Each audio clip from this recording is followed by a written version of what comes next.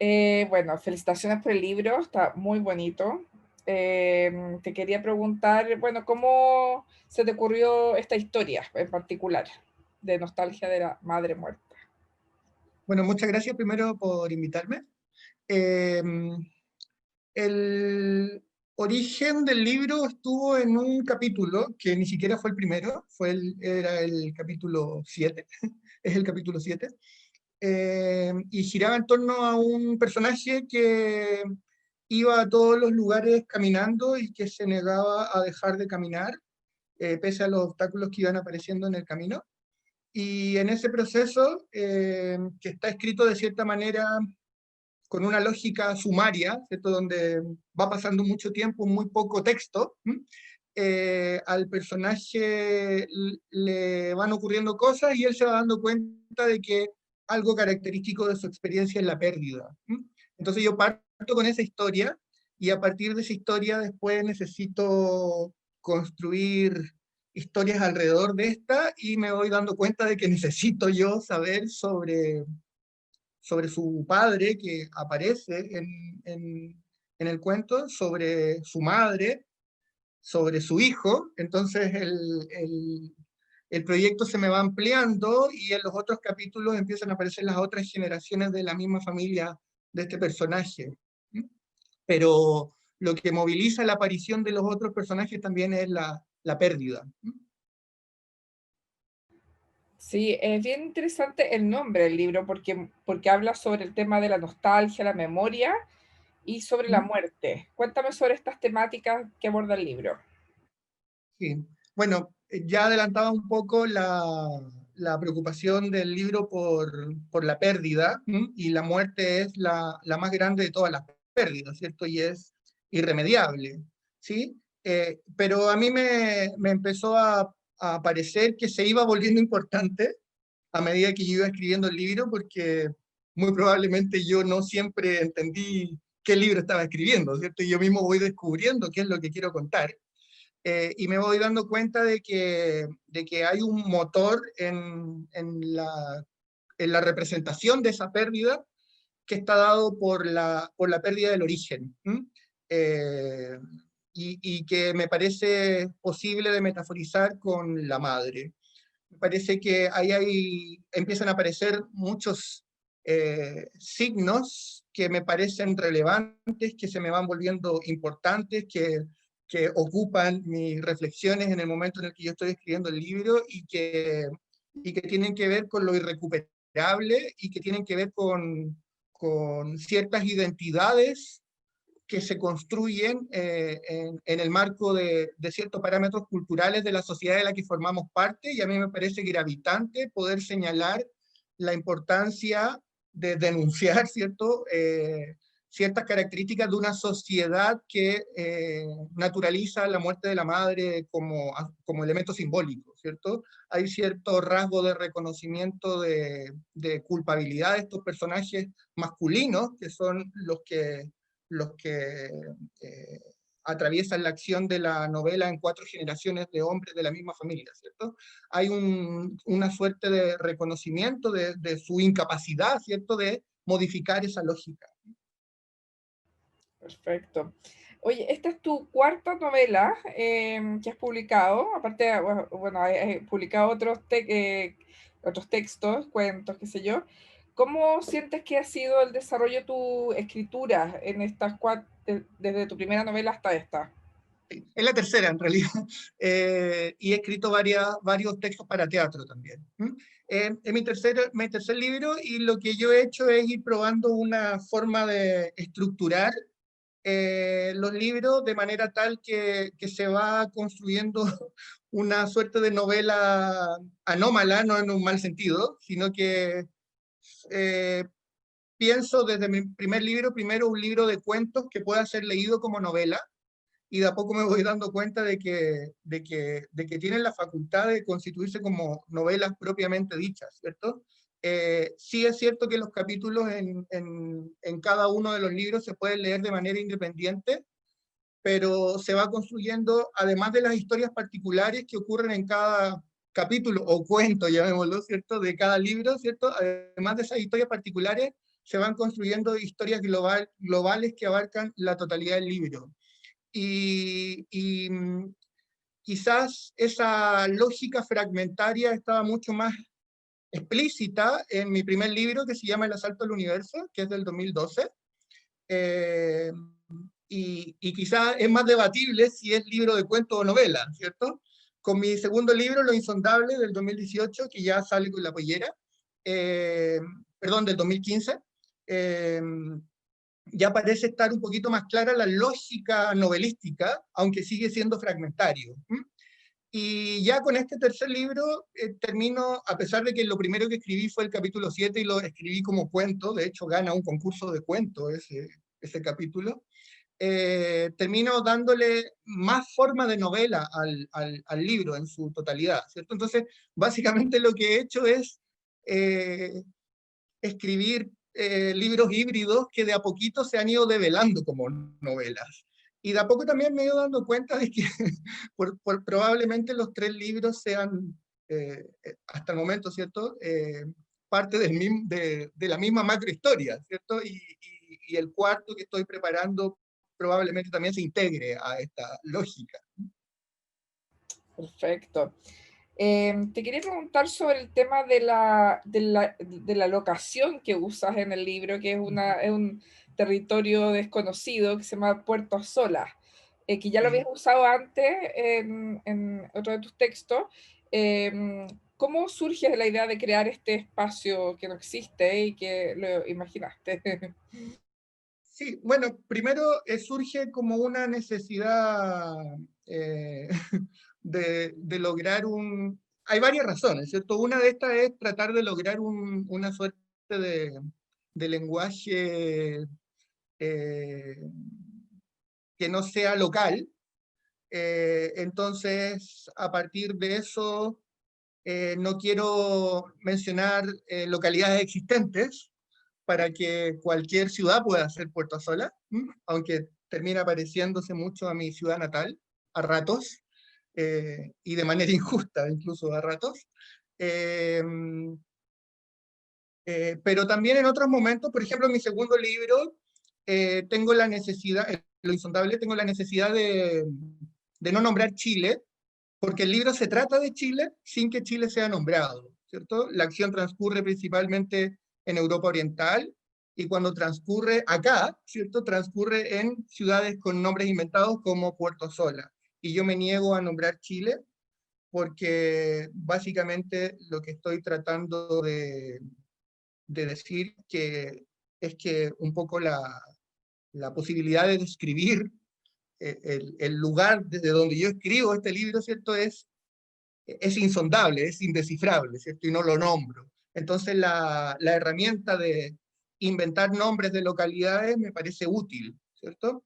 Y en Nostalgia de la Madre Muerta, mi tercer libro ya empieza a adquirir una analogía con la madre, ¿cierto? Puerto Sola es el lugar del origen, al igual que el útero de la madre, y es a propósito de la metáfora del mapa que se desarrolla harto en el libro, eh, Puerto Sola es un territorio que a ratos parece un lugar vacío rodeado de nada, pero eso yo decía que a ratos es injusto si es que yo estoy pensando en mi ciudad natal siendo representada, ¿cierto? Porque básicamente lo que estoy tratando de articular ahí es una suerte de ciudad que no se puede mapear, y al no poder ser mapeada no puede ser recordada, ¿cierto? Y se va desvaneciendo en la memoria, y sentimos nostalgia por eso perdido. Entonces en la estrategia de la novela hay una suerte de relación entre la madre muerta y la ciudad perdida, ¿cierto? Y me he ido dando cuenta de que Puerto Sola es dúctil, ¿cierto? Para mis diversos propósitos literarios, ¿cierto? Y ha aparecido en mis tres libros y va a seguir apareciendo. Súper. Bueno, mencionaste el tema del mapa, del mapeo. Cuéntame cómo incorporaste este tema y cómo, porque tú además haces todo un tema de como un engranaje entre estas cuatro generaciones. Eh, Cuéntame cómo llegaste a este concepto, cómo lo incorporaste en la novela. Sí. Bueno, yo tengo una obsesión con los mapas. Yo desde mi infancia pasaba horas mirando mapas a distintas escalas, ¿cierto? Mapas del mundo, mapas de países a los que yo no imaginaba viajar y algunos a los que incluso todavía no viajo, ¿sí? Y se me crea esta obsesión con los mapas y yo cuando entro en la universidad, antes de estudiar literatura, yo estudié una carrera que se llama cartografía. Yo egreso de cartografía, hago la práctica, después ejerzo un rato y después digo, no, tengo que hacer otra cosa. Y estudio literatura. Y ahí yo entré a estudiar cartografía porque a mí me interesaba el mapa, pero en la universidad me encuentro con que el mapa es mucho más complejo de lo que yo pensaba, ¿cierto? El mapa es una eh, solución matemática, una solución representacional matemática, y a mí el mapa no me interesa matemáticamente, sino que epistemológicamente, ¿sí? Y en ese sentido es que me parece que las humanidades, la historia, la literatura, la filosofía, tienen la posibilidad de construir otros mapas no matemáticos, ¿cierto? Que a mí me resultan mucho más atractivos.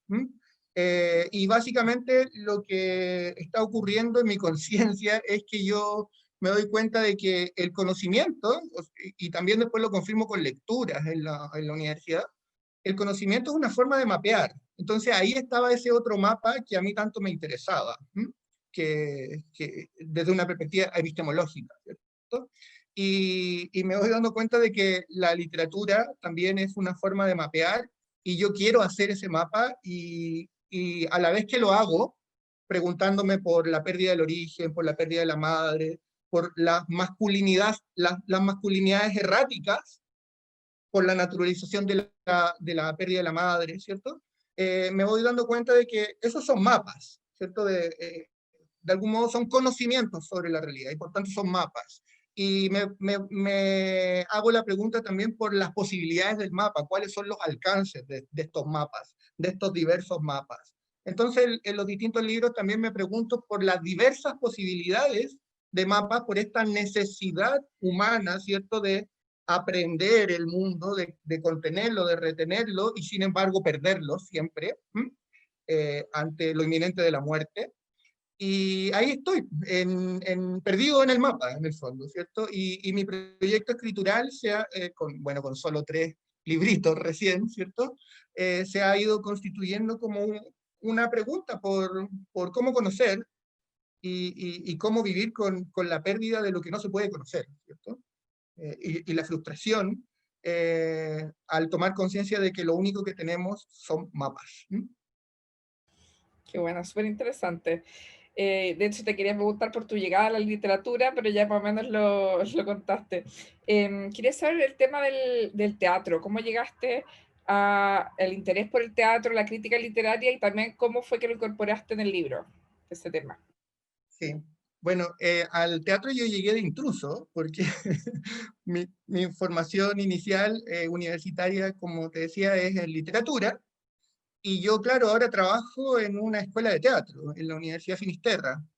Y básicamente lo que hago en el último año de universidad es darme cuenta de que además de la novela y el cuento, como investigador, ¿cierto? Además de la novela y el cuento, me interesa el drama, el texto dramático, y a partir de eso me doy cuenta que también me interesa el teatro, ¿cierto? Y empiezo a ver sistemáticamente teatro de manera tardía, ¿cierto? En el último año de la universidad. Y me voy dando cuenta de que ahí hay una posibilidad de desarrollo profesional. De intruso me pongo a escribir crítica teatral en medios de comunicación de masa online. eh, y me voy dando cuenta de que se leen las críticas y que las compañías emergentes pronto me empiezan a invitar a ver sus obras. Y que eh, ahí hay algo que me interesa desarrollar profesionalmente. Y claro, yo no tenía formación teórica en teatro, yo tenía formación teórica en literatura. Y empiezo a buscar y a trabajar también primero en una escuela de teatro bien pequeñita que ya no existe, después en otra y después en la que estoy ahora, ¿cierto? Y voy también como docente viéndome que estoy necesitado de cubrir ciertos conocimientos que un estudiante de literatura no tiene, sobre teatro, ¿cierto? Entonces yo ahí me voy metiendo tanto que ahora tengo el trabajo que tengo, ¿cierto? De intruso. Y ese motor que tuve, que me hace un intruso en el mundo del teatro, se fue ampliando, porque después de escribir crítica de teatro en medios digitales, después de dedicarme a la docencia en escuelas de teatro, empezaron a darme ganas de escribir obras. Y me puse a escribir obras y no tenía quien las montara, porque yo no venía del mundo del teatro.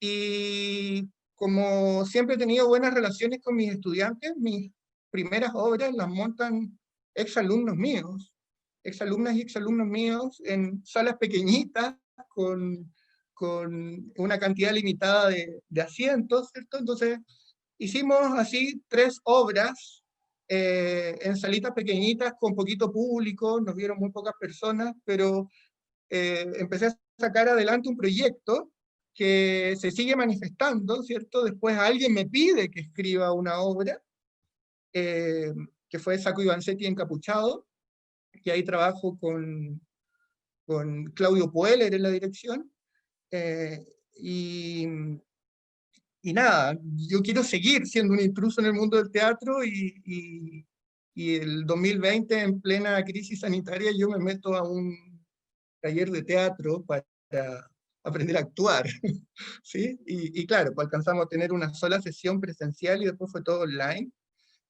Y ahí está surgiendo una necesidad también de explorar otra área creativa, ¿cierto? Que es la actuación. Yo sé que requiere mucho trabajo aprender a actuar, yo lo veo en mis estudiantes, ¿cierto? No por un taller me voy a volver actor, pero ahí se está manifestando una curiosidad que yo tengo. ¿Mm? Y que también se termina manifestando con preguntas teóricas en la novela, preguntas que se hacen los personajes a propósito de esta necesidad de recuperar el pasado. Y nada, en el primer capítulo de la novela un personaje dice: ¿qué prodigio tiene el teatro que permite que en cada función vuelva a vivir Edipo Rey, Ricardo III o los romanos invadiendo Numancia? Entonces ahí después yo, un poco también sabiendo cierta discusión teórica en torno a los conceptos representacional y presentacional, que es una discusión que ya lleva décadas sobre las posibilidades del teatro. El teatro dice algo que está fuera del teatro, pero el teatro a la vez hace algo aquí y ahora, ¿cierto? Yo también ahí exagero, y en las posibilidades de la novela fantástica o de la novela religiosa, ¿cierto? Yo le doy ciertas posibilidades al teatro o imagino ciertas posibilidades que el teatro podría tener, que van más allá de lo natural y que posiblemente accederían incluso a lo sobrenatural. Entonces me tomo esas libertades, teorizo un poco, pero también me tomo ciertas libertades en función de también lograr decir lo que quiero decir en la novela. Y juego, en el fondo, con lo que yo sé que puede hacer el teatro y con lo que me gustaría que el teatro hiciera. ¿Sí? Buenísimo, súper. Oye, por último te quería preguntar cómo fue el trabajo con La Pollera. Bueno, esta es tu segunda novela con La Pollera, entiendo. ¿Cómo fue ese proceso de trabajo con ellos, con tu editor y tú? Sí, bueno, ha sido maravilloso. En La Pollera uno se siente en casa. Claro, yo llego a fines del 2014 con mi manuscrito y me siento muy bien recibido por los editores. Ellos están interesados en publicar mi librito, ¿cierto? Y luego hubo un trabajo demasiado cuidadoso, bien detallista, largo, ¿cierto? En el que fuimos revisando el texto y viendo sus potencialidades.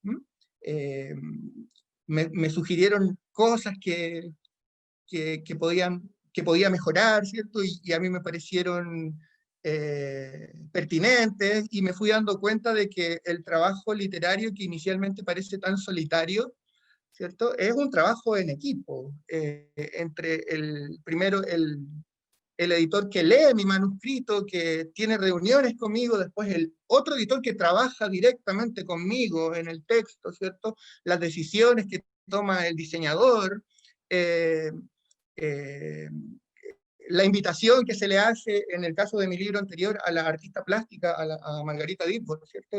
Para que una obra de ella aparezca en la portada del libro, y en este otro, en el más reciente, Nostalgia de la Madre Muerta, la invitación que se le hace a Santiago Ascuy para que una obra de él aparezca en la portada del libro.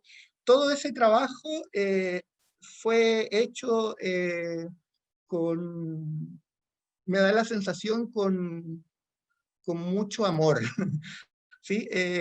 Con mucha amabilidad. Y nada, yo me siento súper bien trabajando con la pollera, y yo los veo también a ellos trabajando arduamente, ¿cierto? Desde la colección que tenía en el 2015, que me acuerdo que cuando sale mi libro, Lo Insondable, el 2015, era, no me acuerdo si el segundo o tercero de la colección narrativa contemporánea.